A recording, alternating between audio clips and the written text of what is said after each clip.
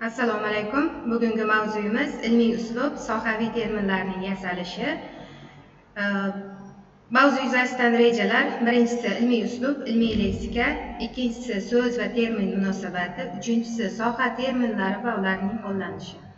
Fan texnikaning turli tarmoqlariga doir ilmiy asarlar, darsliklar ilmiy uslubda yoziladi.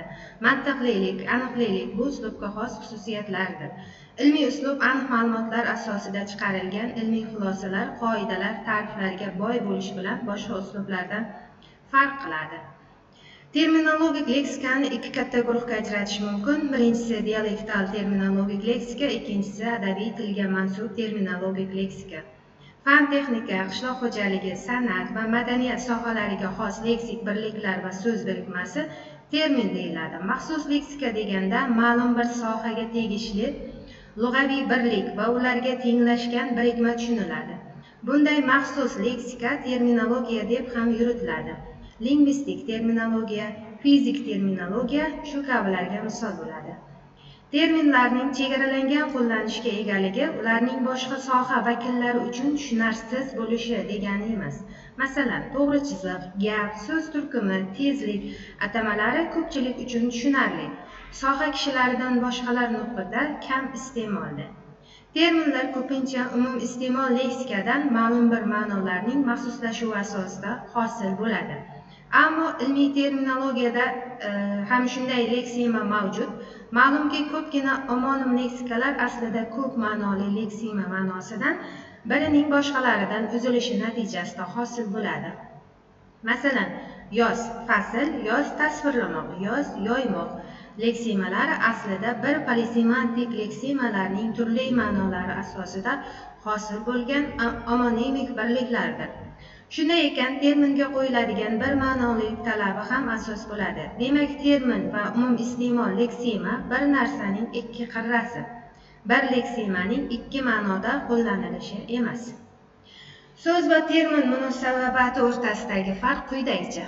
So'z terminga nisbatan avval paydo bo'ladi. So'z xalq tomonidan yaratiladi, ya'ni so'zning ijodkori bu xalqdir. Termin esa muayyan soha mutaxassislari, ayrim shaxslar tomonidan ijod qilinadi. Masalan, fonema, morfema terminlarining ijodkori Bodien de Courtine bo'lsa, til kontakti terminining ijodkori Andre Martinidir. So'z, til, lug'at tarkibida bir xil amal qiluvchi lisoniy birlikdir. Terminning amali esa lug'at tarkibida nisbatan cheklangan bo'ladi. Chunki terminologik tizimda ko'p ma'nolilik kam uchraydigan semantik hodisadir. Termin so'z bazasida shakllanadi, termin bazasida esa so'z shakllanmaydi. So'z umum xalq mulki, u til jamoasining hamma ijtimoiy qatlamlari uchun bir xil xizmat qiladi. Termin esa til jamoasining ayrim ijtimoiy qatlamlari uchun xoslangan bo'ladi. So'zlarda shakliy munosabatning antonimik turi amal qilsa, terminlarda uning tenglik turi faol amal qiladi. So'zlarning mazmun planini lisoniy ma'nolar tashkil qiladi. Terminlarning mazmun planini esa tushunchalar tashkil qiladi. Lisoniy ma'nolar bu so'zning umum xalq tilida mushtarak tushuniladigan semantik tomonidir. Masalan, daraxt, suv, tosh va shu kabilar o'zbek millatiga mansub barcha shaxslar tomonidan bir xil tushuniladi. Biroq affiks ega aniqlovchi terminlari ma'nolarini faqat kasb tili ilmiga ixtisoslashgan shaxslargina mushtarak tushunadi. So'z ma'nolari obyektiv borliqdagi real narsa predmetlarni yoxud muayyan muddat xotirasida ommaviy rasmiylashgan mavhum narsa hodisalarni bildiradi. Terminlar anglatgan ma'nolari esa ayrim guruhdagi shaxslar xotirasida mushtarak rasmiylashgan noreal tushunchalarni bildiradi. Terminning ma'no ko'lami so'zning ma'no ko'lamiga nisbatan tor va iste'mol doirasi cheklangan. Ular ma'no ta'kidlash jihatdan so'zlardan farq qilmaydi.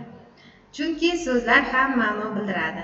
Terminlar ham tarkibining sodda va murakkabligidan qat'iy nazar ma'lum sohasining tushunchasini anglatadi.